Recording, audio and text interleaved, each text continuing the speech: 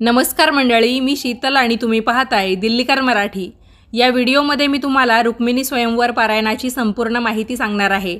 तेव्हा व्हिडिओ पूर्ण पहा आणि कमेंट्समध्ये लिहा राधा कृष्ण की जय। चला तर मग व्हिडिओला सुरुवात करते। बघा मंडळी, विवाहित जीवनाची इच्छा असलेल्या अनेक जणांना मनासारखा जोडीदार मिळवण्यासाठी अडचणी येत असतात। काही जणांचं असं होतं, शिक्षण भरपूर झालेलं आहे पण आता आपल्या शिक्षणाएवढा मुलगा किंवा मुलगी आपल्याला मिळत नाहीये। कधी-कधी लग्नाची बोलणी अगदी शेवटच्या टप्प्यापर्यंत येते पण अचानक अशी काहीतरी अडचण निघते की आपलं लग्न मोडलं जातं। बऱ्याच वेळा असंही होतं, बरोबरच्या मुलांना किंवा मुलींना आता मुलं-बाळं सुद्धा झाली, आपलं वय नुसतं वाढलं पण आपलं लग्न अद्याप झालेलं नाहीये म्हणून आपण त्रस्त आहोत। काही जणांचं असं होतं की आपल्याला एखादी मुलगी किंवा एखादा मुलगा आवडतो पण घरच्यांना मनवायचं कसं किंवा इतर काही अडचणी जसं की जात धर्म यासारख्या सुद्धा गोष्टी येतात आणि आपलं लग्न लांबणीवर पडतं। बघा, रुक्मिणी स्वयंवर हा एकनाथ महाराजांनी लिहिलेला पहिला आख्यानपर ग्रंथ आहे। यामध्ये एकूण 18 अध्याय आणि 1712 ओव्या आहेत। यामध्ये रुक्मिणी आणि भगवान श्रीकृष्ण यांच्या प्रेमाची तसेच विवाहाची कथा आहे। रुक्मिणी भगवान श्रीकृष्णांच्या प्रेमात पडते पण तिचा भाऊ तिचा विवाह शिशुपालासोबत करण्याचा प्रयत्न करतो। शेवटी श्रीकृष्ण रुक्मिणीला सोबत घेऊन जातात आणि तिच्याशी लग्नसुद्धा करतात। आता पारायणाचा विधी मी तुम्हाला सांगते। 2 पद्धतीने आपल्याला पारायण करता येतं। तुम्ही ही माहिती थोडीशी काळजीपूर्वक ऐकली तर तुम्हाला पारायण करायला काहीच अडचण येणार नाही। विधी आपल्याला गुरुवारी करायचा आहे, म्हणजे पारायणाची सुरुवात एकतर तुम्ही गुरुवारी करू शकता, एका बैठकीत पूर्ण पारायण करायचं। 5 गुरुवार तुम्ही हे पारायण करू शकता। पूर्व दिशेला तोंड करून पारायणाला बसायचं। श्रीकृष्णांची मूर्ती किंवा फोटो समोर ठेवायचा। पूजेसाठी पुष्प, अक्षता, गंध वापरून भगवान श्रीकृष्णांची मनोभावे पूजा करायची। ग्रंथाची सुद्धा तशीच पूजा करायची।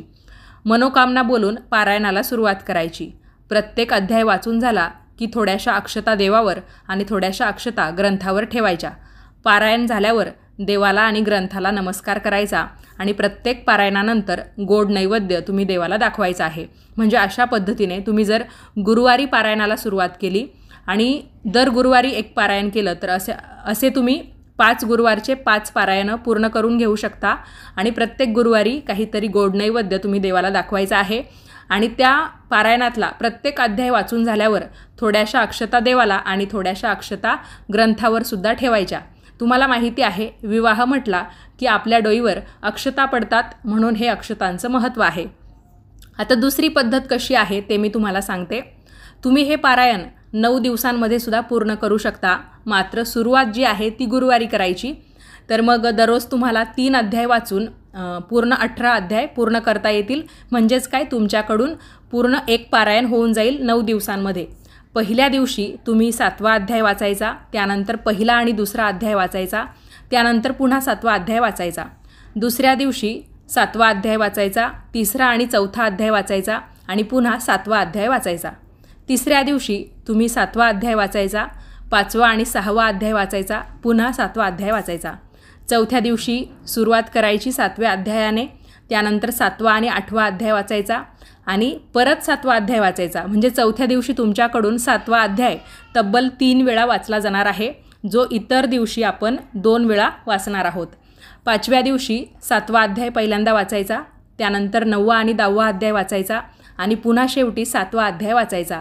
6व्या दिवशी 7वा अध्याय वाचायचा, 11वा आणि 12वा अध्याय वाचायचा आणि पुन्हा 7वा अध्याय वाचायचा। 7व्या दिवशी 7वा अध्याय पहिल्यांदा, त्यानंतर 13वा आणि 14वा अध्याय आणि पुन्हा शेवटी 7वा अध्याय। 8व्या दिवशीसुद्धा पहिल्यांदा 7वा अध्याय वाचून पारायणाला सुरुवात करायची, त्यानंतर 15वा आणि 16वा अध्याय वाचायचा आणि पुन्हा 7वा अध्याय वाचायचा। 9व्या दिवशीसुद्धा पहिल्यांदा 7वा अध्याय, त्यानंतर 17वा आणि 18वा अध्याय आणि पुन्हा 7वा अध्याय। आता तुम्ही विचार करत असाल की 7वा अध्याय प्रत्येक दिवशी तब्बल 2-2 वेळा वाचला जाणार आहे आणि चौथ्या दिवशी तर 3दा, तर तो परत का वाचायचा असतो? रुक्मिणी स्वयंवर या ग्रंथामध्ये 7वा अध्याय म्हणजे भगवान श्रीकृष्णांचं रुक्मिणीला पत्र अशा नावाचा तो अध्याय आहे। भगवान श्रीकृष्णांनी रुक्मिणीला लिहिलेलं प्रेमपत्र अत्यंत सुंदर आणि भावपूर्ण आहे। भगवान श्रीकृष्णांचं रुक्मिणीवर असलेलं प्रेम आणि तीव्र भावना यांचं दर्शन हा अध्याय घडवतो, म्हणून आपल्याला तो परत परत वाचायचा आहे।